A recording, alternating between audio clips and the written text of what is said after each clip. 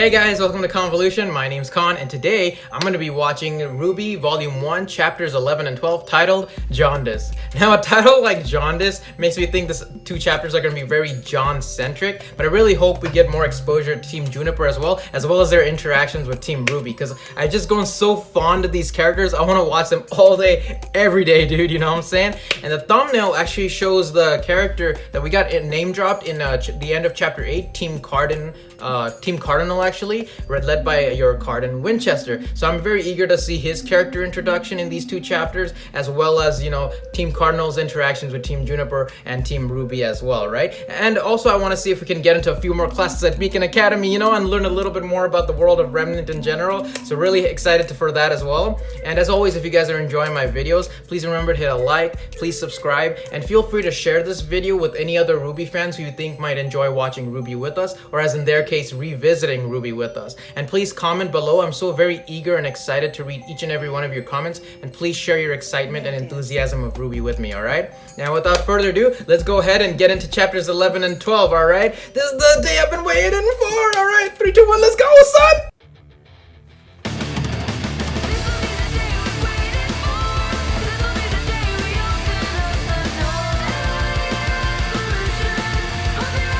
This song is the best, bro!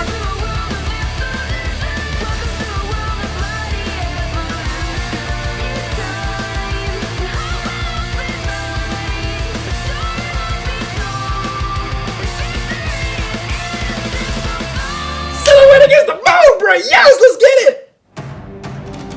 Oh shit! Cardin versus Jaune already? Yeah, baby! Oh, come on, John, come on, bro! Ooh, Cardin has like a bird on his breastplate. Oh shit! Okay. Oh, come on, John, get your shield, bro! Yes! Oh damn. This is the part where you lose. Oh shit. Damn. Come on, John, come on, bro! Oh shit, no. John, get your shield, bro, get your shield! That's enough. Oh. Oh shit, they have health bars? Students, as you can see, Mr. Arc's aura has now dropped into the red. Oh, in those a are aura tournament-style bars. duel, this would indicate that Jaune is no longer fit for battle, and that the official may call the match. Oh. Mr. Arc, it's been weeks now. Please try to refer to your scroll during combat. Gauging your aura will help you to decide when it is appropriate to attack, or when it is better to move to a more defensive strategy. So they can actually use mobile devices and We wouldn't want technology you to be gobbled up by a Beowulf, now would we? Speak for yourself. Okay, hold on, bro. Remember, Don't be a everyone, dick. The Vital Festival is only a few months away. It won't be long before students from the other kingdoms start arriving in Vale, so keep practicing. Ruby's like, Those who yeah! choose to compete in the combat tournament will be representing all of Vale. Oh, so she mentioned the Vital Festival? There's other schools who are coming to fight each other like a Triwizard tournament, bro? Yes, baby! I love freaking tournament arcs in anime! There we Nora! were, in the middle of the night. It was day. We were surrounded by Ursai. They were Beowulfs. Ursai. Them, 2 of them. but they were no match. Aw, and in the John. end, Ren and I took them down and made a boatload of Lien selling Ursa's skin rugs. Boatload of She's been Lien. having Is this that recurring currency? dream for nearly a month now. John, are you okay? Huh? Oh, John, come on, bro. Cheer up. It's just that you seem a little not okay. Yeah. Guys, I'm fine. Seriously, look. Nah, bro, you're not fine. Jean, what Cardin the has been hell? picking on you since the first week of school. Who? Cardin Winchester? Ah, he just likes to mess around, you know? Practical jokes. He's a bully. Oh, please. Okay. Name one time he's bullied me. No, come on! Yo, this guy's an asshole, bro! Hells no, man. I freaking hate bullies, dude. Each of you will be assigned one rocket-propelled locker to store your weapons and extra. Rocket-propelled locker? Your locker can be sent to a custom location based on a 6-digit code. That's so cool, bro! Oh, no. Man, freak you, Cardin! Oh my god, poor John. I Dude, didn't this land Cardin far from the fella's an school. asshole, bruh. John, you know if you ever need help, you can just ask. We'll break his legs. Yes, Nora! I want Nora! Really? My He's team, fine. bruh. Besides, it's not like he's only a jerk to me. He's a jerk to everyone. That's one way of looking at it. Oh my god. Please stop. Wait. I What? told you it was real. What a freak. The ears on the girls' heads are real? Wait, what? Atrocious. I can't stand people like him. Yeah, me neither. He's Dude's not an the only asshole. one. It must be hard to be a Faunus. A Faunus? I've heard that term mentioned in chapter 1 before, but I didn't think too much on it. Man, F you, dude! You suck! Oh, there's the girl again, with the bunny ears, you know? So, Faunus. Now, I'm not too familiar with Faunus. I remember them in, like, the Chronicles of Narnia, The Lion, the Witch, and the Wardrobe. So, are there, like, actual half-human, half-animal, like, Faunus in this world as well? Okay, I'll talk about it in the discussion, but, let's go ahead into chapter 12, alright? Yes, prior to the Faunus Rights Oh, yes, Revolution, class! more popular known as the Faunus War, Faunus War? humankind was quite You professor! adamant about centralizing Faunus population in menagerie. Menagerie. Now, while this must feel like ancient history to many of you, it is imperative to remember that these are relatively recent guy's like events. Why the freaking fast! repercussions of the uprising can still be seen to this day. Now, have any among you been subjugated or discriminated because of your Faunus heritage? Okay, so we're getting Faunus information right now. Oh, Dreadful, poor simply dreadful. girl. Remember, students, it is precisely this kind of ignorance that breeds violence. Yes. I mean, Real-world application. just look at what happened to the White Fang. Implications. Now, which one of you young White scholars can Fang? tell me what many theorists believe to be the turning point in the third year of the war? Yes. There's a whole lot of Battle at Fort information. Castle? Battle of Precisely. Fort Castle. And who can tell me the advantage the Faunus had over General Lagoon's forces? Hey, Man, this kid's a freaking Only jerk. contributing to class. This is excellent. What is the answer? Excellent. the answer... the advantage... This is me in class. The Faunus had over that guy's stuff. Oh, Pierre's trying to help him. Binoculars. No, I don't think that's the answer. Very funny, Hate this Mr. fool Cardin, Arc. dude. Cardin, perhaps you would care to Yeah, you share your answer, thoughts on jerk. the subject. Well, I know it's a lot easier to train an animal than a soldier. You're not the most open-minded of individuals, are you, Yeah, Cardin? you tell him, What? Pierre. This You got guy's a a problem? freaking No, like. I have the answer. He's a freaking It's repulsive night vision. asshole. Many Faunus are known to have nearly perfect sight in the dark. Oh, okay. General Wow, Lagoon so- was inexperienced and made the mistake of trying to ambush the Faunus in their sleep. His massive army was outmatched, and the general was captured. Yes, Blake. Perhaps if he'd paid attention in class, he wouldn't have been remembered as such a failure. Oh shit! Yeah, Blake, get him, girl. Please take your seat. You and Mr. Arc could both see me after class for additional readings. Oh man, Now, moving on. getting stuck in detention with freaking You go on ahead. the I'll wait bully. for Sean. You two have been struggling in my class since day one. Now, I don't know if it's a lack of interest or just your stubborn nature, but whatever it is, it stops now. You were taught to gain entrance to the school, and we only accept the best of the best, so Yes, the best of the best. expect you to act like it. History is important, gentlemen. If you can't learn from it, you're destined to repeat it. This is true. Pages 51 to 91. I want an essay on my desk by next class. Now, Oh, okay. run along. Damn, he's super fast. Is that like his special power? Man, fuck you, Cardin. I freaking hate No, bullies, I really will dude. break his legs. Yes, Pierre, do it, please. I want Pierre I in have my an life. idea. Here, come with me. Aww.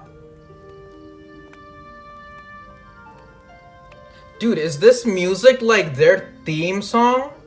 I've heard it like at least 2 or 3 times I already. know I'm going through a Okay. hard time right now, but I'm not that depressed. I can always be a farmer or something. Such a beautiful song. That's not why I brought you up here. Jean, I know you're having a difficult time in class, and that you're still not the strongest of fighters, so Yeah. I want to help you. Yes! What? We can train up here after class where no one can bother us. You Yes! think I need help? No, Yes. no, that's not what I meant. But you just said it. Jean, everybody needs a little push from time to time. Yeah, It doesn't make you any different from the rest of us. exactly. You made it to Beacon. That speaks volumes of what you're capable of. Yeah, John, come on, bro. Wrong. I don't belong here. That's a terrible Don't say thing to that. say. Of course you do. Yeah. No, I don't. I wasn't really accepted into Beacon. Oh. What do you mean? Glinda mentioned the I transcript. mean, I didn't go to combat school. I didn't pass any tests. I didn't earn my spot at this academy. Oh. I lied. Shit, I got my dude. hands on some fake transcripts, and I lied. Damn. But why? Because this is what I've always wanted to be. My father, my grandfather, and his father before him were all warriors. They were all heroes. Okay. I wanted to be one too. Aww. I was just never good enough. Okay, I can see where he's coming Then from for let sure. me help you. Yeah. I don't want help. I don't want to be the damsel in distress. I want to be the hero. John, I'm tired of being the lovable idiot stuck in the tree while his friends fight for their lives. Don't you understand? If I can't do this on my own, then what good am I?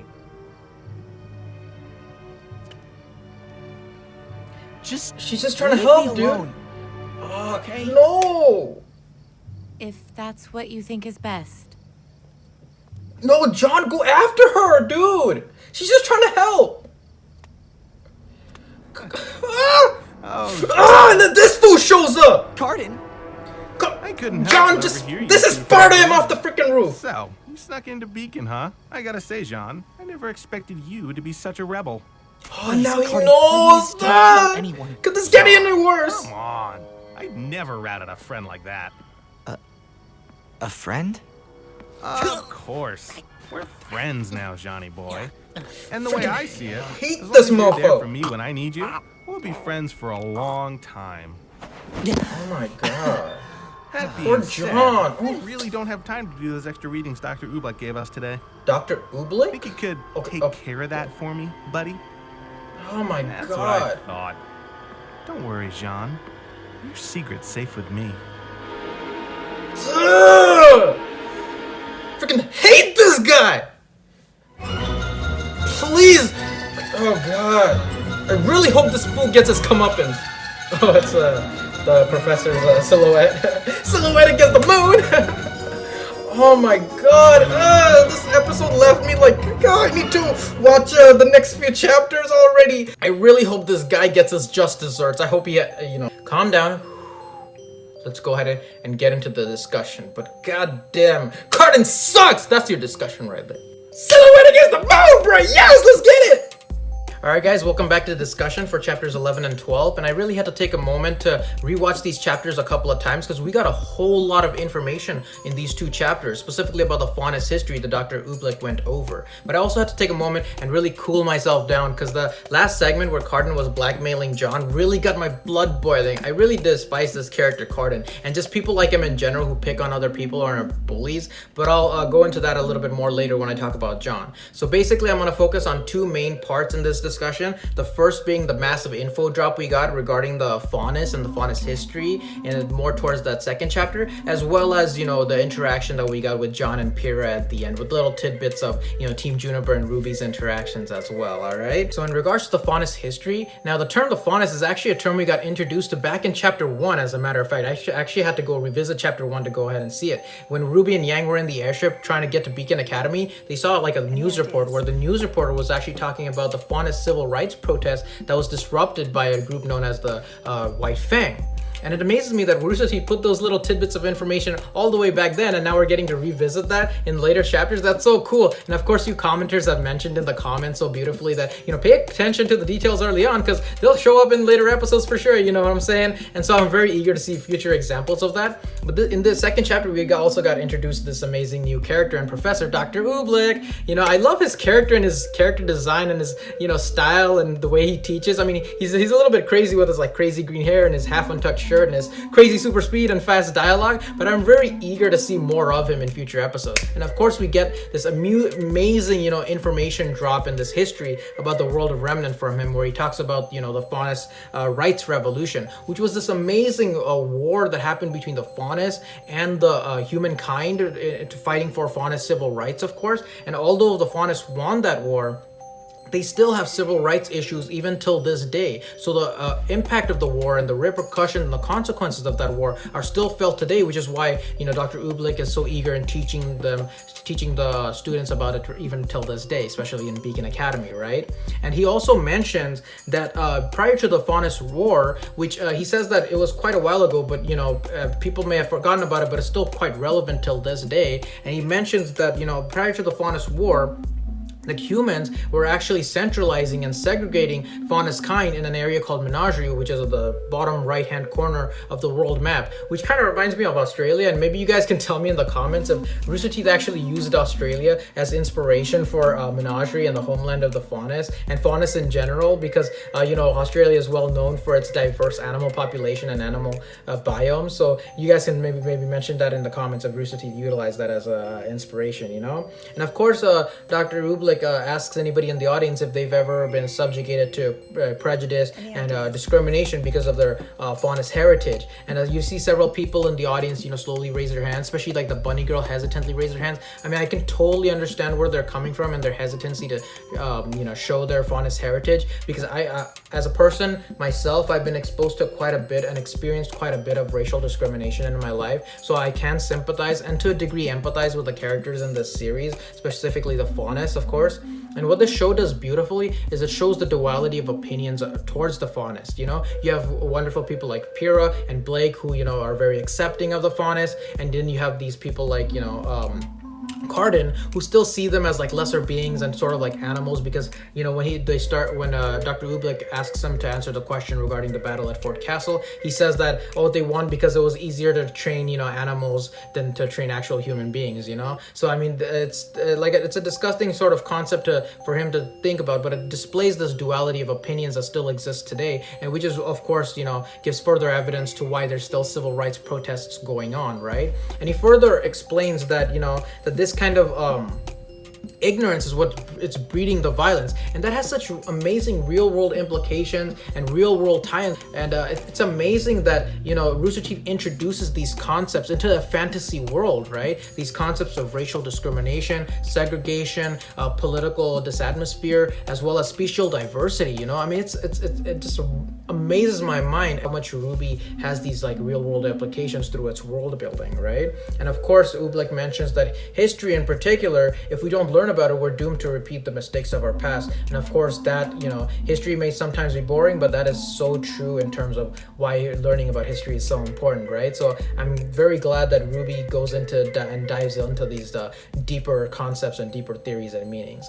And I'm very eager to see how this information about the Faunus and this history with the Faunus, how this impacts future episodes as well, all right? And of course, the second thing I want to talk about is John's character and his character development over these past two chapters, his relationship to Pyrrha, as well as getting bullied by dipshit Cardin.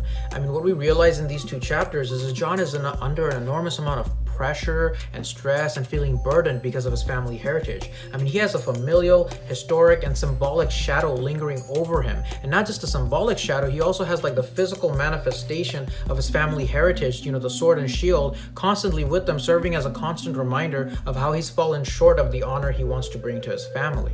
You know what I mean? And of course, his father, his grandfather, his forefathers, they've all been great warriors. And so John feels compelled and duty-bound to get into Beacon Academy academy and become the best warrior he can to bring honor to his family. Of course, he's fallen extremely short of that, and because of that, he's actually faked his transcripts to try and get into Beacon. And that actually makes quite a bit of sense considering he didn't know about basic knowledge about aura, and he lacks a lot of basic combat training. I mean, if you never went to preliminary combat training academies, of course you're going to be lacking in a landing strategy to find even ground in an advanced combat academy like Beacon, right? But even after, what amazes me, even after finding out about this, Pyrrha, you know, she wants to help John get better, you know, work with John, and you know, I really want these two to come together, but I feel like, you know, acknowledging his own weaknesses has hurt John's pride a little bit. We're just forcing John and Pyrrha apart. I just want them to be together, man. And that beautiful melody that plays whenever they're together is just absolutely phenomenal. You know, it feels like you know, beautiful harp, calming, soothing music. And I just want these two to be together, man. And then of course at the end we get dipshit Cardin showing up using that information that he found out as blackmail against John. I really hope this fool gets his comeuppance in the future episodes sooner rather than later. And that's all I'll say about that. But the other piece of information that we got also is with the Professor Glinda talked about this thing called the Vital Festival, you know, where all these other students from all these different schools across the world of Remnant are gonna come and compete you know, for a prize, I guess, you know. And we see, like, you know, Yang amped up, you know, ready to fight, and then Weiss is like poised and dignified, awaiting the battle ahead, and RWBY is just like, yeah, bring the combat, bro, you know. So I'm very eager to see all these new characters we will eventually get introduced to, all this awesome, cool combat, which I'm sure we'll get into, because I love tournament arcs in animes, and I'm so glad they're going towards that direction. So I'm very eager to see what happens, and can't wait, you know. And also, really briefly, I want to mention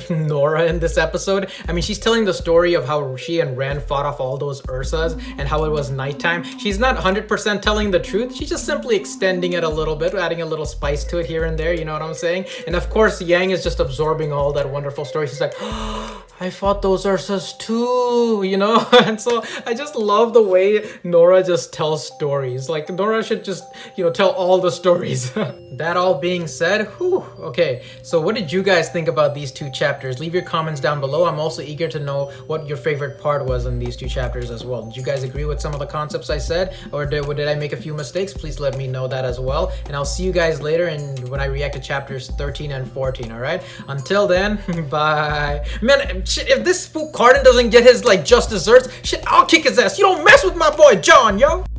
Thanks again for watching, and if you enjoyed this reaction, please leave a like, comment, subscribe, and share, and I will see you later.